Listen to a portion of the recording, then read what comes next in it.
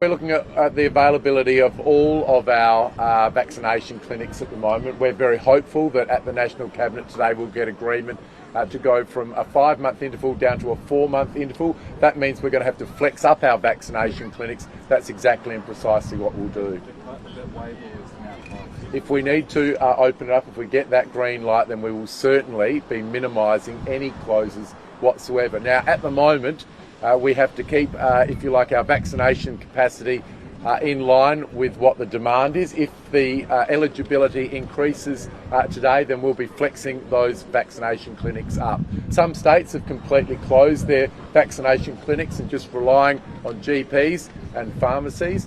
Here in South Australia, we've kept the bulk of our vaccination clinics open, and if we are today successful in bringing forward the boosters, which is my strong belief we should be, then we'll be opening those vaccination clinics up with an expanded number of hours. We want to get as many booster jabs into arms of South Australians as soon as possible. Are you concerned about the delay on reporting exposure sites to the point members of the public quite literally posting them before the government on Twitter? That can happen in certain circumstances. We've got pretty tried and true public health protocols in South Australia that we need to work through. Obviously, if an exposure site is identified sometime down the track, it's usually because there has been now a reported community transmission. We're not putting up every single time somebody goes into a site like we were 3 or 4 months ago. It's a different stage of the overall disease.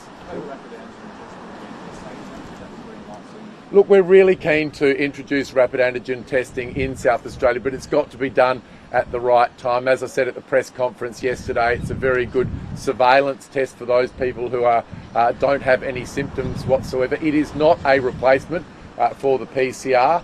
It hasn't been appropriate to use it in South Australia broadly. We have had it in some sectors, for example in the medical sector, in the mining sector. It's a good surveillance screening test, but it doesn't replace the PCR. So we are rapidly getting to the point where the rapid antigen test will be appropriate in South Australia. I would think in the next couple of days we'll be able to give you advice on that. So the outbreak determination was really on the previous settings, and we'll get an update today at the National Cabinet from Professor Jodie McVernon from the Doherty Institute. I think what we can see is now we have actual data. Before we had a model, and that model, it would seem, has got some inaccuracies in it. For example, we're seeing a much higher infection rate with Delta and now with Omicron, but a very much lower hospitalisation rate that was in that original Doherty Institute modelling. So that's being recalibrated. We'll get a report today and we'll be able to provide further details later on in the afternoon. Do you have any advice whether we're going to close our borders after Christmas? No, that's certainly not our intention in South Australia. We made it clear we didn't want to have any more statewide lockdowns or lockouts once we got that vaccination rate up above 80%, fully vaccinated for those 16 and over. We achieved that, and of course we now rule that out. We did that on the 23rd of November. The aged care outbreaks, have you been updated about what's happened with those?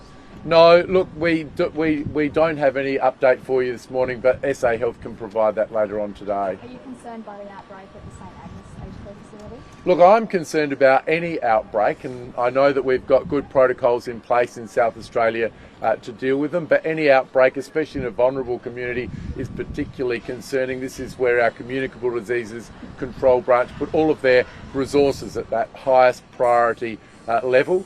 We were always going to have cases here in South Australia, and that case rate continues to increase, but most importantly the hospitalisation remains extraordinarily low in South Australia, and that I'm very grateful for. I think as of yesterday we had 5 people in hospital. We'd built up an additional capacity, the equivalent of 400 beds, as part of getting ready for bringing or opening the borders in South Australia. I know there was a lot of relief on the faces of South Australians when we opened up those borders and allowed people, families to reunite around Christmas and around the holidays, but this inevitably also brought cases into South Australia. We monitor those cases very carefully, but the thing that we monitor most carefully is of course the hospitalisation. At this point, very low hospitalisation admissions in South Australia, no admissions into ICU, certainly nobody on a ventilator. And this is pretty much repeated around the country. We're seeing a huge number of cases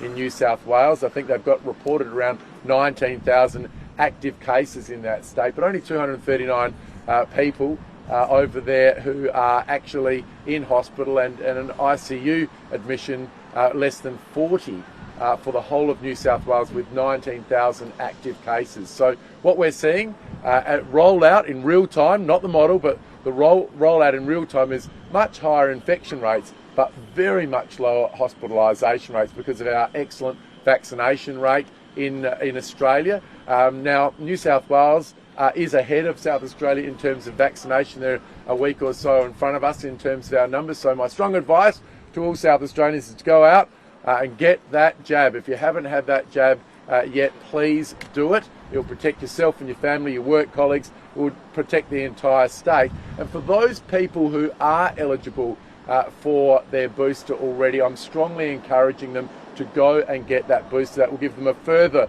level of protection against this disease. And what I'm hoping comes out of the National Cabinet today is an ability to bring forward that booster from 5 months down to 4 months. This is going to be absolutely vital to give us that extra level of protection here in South Australia. As Tourism Minister, what are you hearing from the industry in terms of confidence, in terms of bookings over this holiday period, particularly because people are concerned about COVID? Look, it's a real mixed bag at the moment. We've seen some very difficult conditions for people in the hospitality sector, people in the tourism sector, as families are particularly keen to avoid having to go into isolation around Christmas time. But I know that once we get through Christmas, I think that they will have a big bounce back on the other side.